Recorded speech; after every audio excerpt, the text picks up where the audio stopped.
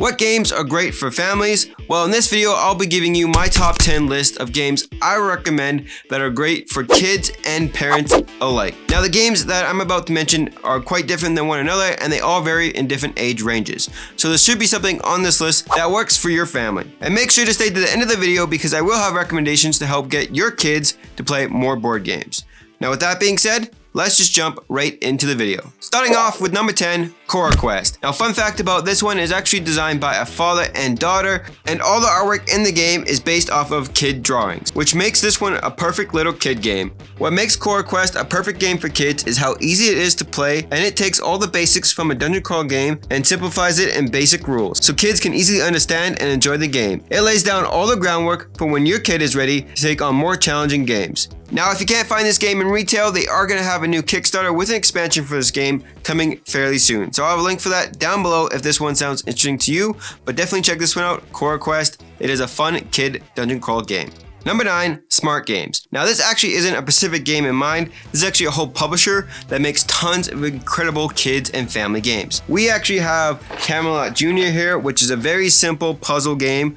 It's only really meant for one player, but they have over 48 unique puzzles where you have to use specific blocks to solve the puzzle. The goal of each puzzle is try to bring the knight to save the princess. This is actually only for one player. However, after a few puzzles, it can get a little bit more tricky to solve, so I love helping out my daughter with this one.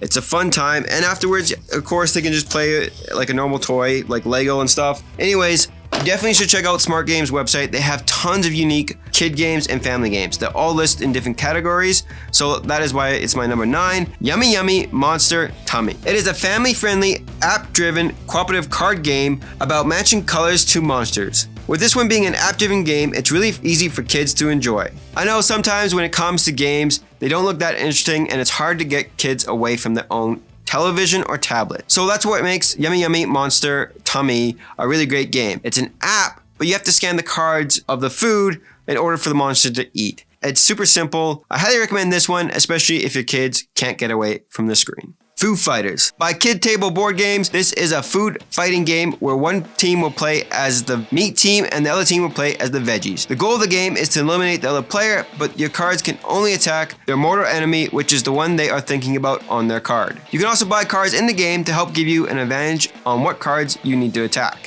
Now, this game you can actually print off for free, which I'll have a link down below, but if you do want to get a physical copy as well, I'll have an Amazon link down below for you to check out as well. This is a fun, silly food fighting game that won't leave your kitchen a mess. Ticket to Ride First Journey. Ticket to Ride First Journey is an easy game to teach kids and is a great stepping stone to get them into the fantastic world of Ticket to Ride. Now, I'm sure most of you guys heard of Ticket to Ride before. It's a great family game. I know it gets played a ton in my family, and I just thought Ticket to Ride My First Journey is a great stepping stone for kids to advance what they learn in that game and bring it into Ticket to Ride. Ticket to Ride is a fantastic train route building game, simple rules to follow, and it can teach kids about places all around the world. Let me know if you played Ticket to Ride before or not, because it is a really great game and I can highly recommend it for anyone. Calico. The goal of this game is try to make the coziest quilt to attract the cats. The turns are very simple and fast. You play a patch tile from your hand and you sew it onto your quilt, then draw another patch tile. You are trying to create a group of colors and sew buttons onto your quilt in order to create some different pattern combinations to score points. A super cute and cozy game for sure. What I really love about this one is how it teaches kids all about patterns, and yet there's still enough strategy in the game for parents to enjoy as well.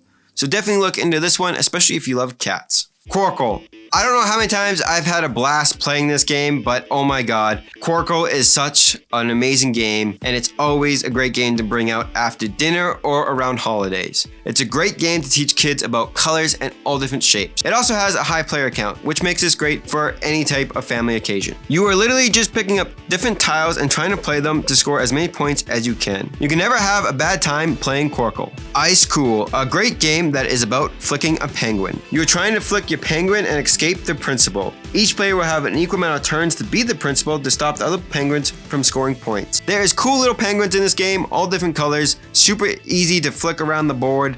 It's not complicated at all. It's fair, it's balanced, it's a lot of fun. If you haven't checked out Ice Cool before, definitely do so if you think your kids would be into flicking games. Number 2, Reef. Another great game about selecting colors and finding patterns. But in this game, you are trying to build your own reef. This is an abstract game suited for ages 8 and up. Each turn, players will pick and choose new cards to place coral down on their player board. You score points by matching the pattern that is on the card that you play. Reef, a really good abstract game.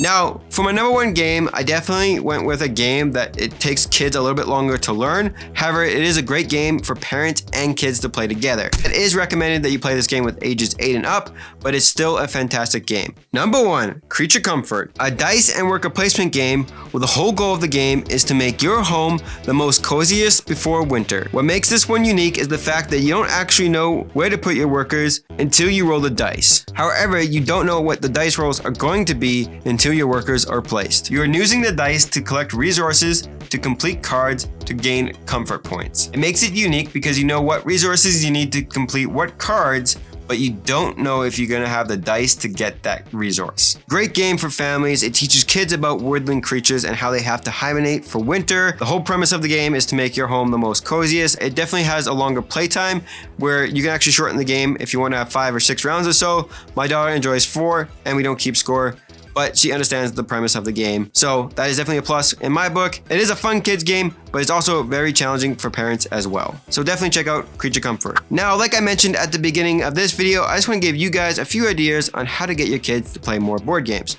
What I did with my daughter is I noticed that she really enjoyed Frozen, so I went out and bought a Frozen themed board game. Very simple one, very basic game for her, but it got her to play her first board game. After that, got her to play Candyland, which is a super simple game. I'm sure you guys heard of it. With those 2 games alone, it definitely got her to play more board games, and trust me, when I ask her to play board games, she always says yes. So if you can think of games that are super simple, that had a good theme that your kids would like, I highly recommend starting out there. So I do hope you guys enjoyed this list. If you guys did, definitely give this video a like, and I'll catch you guys in the next video. Take care.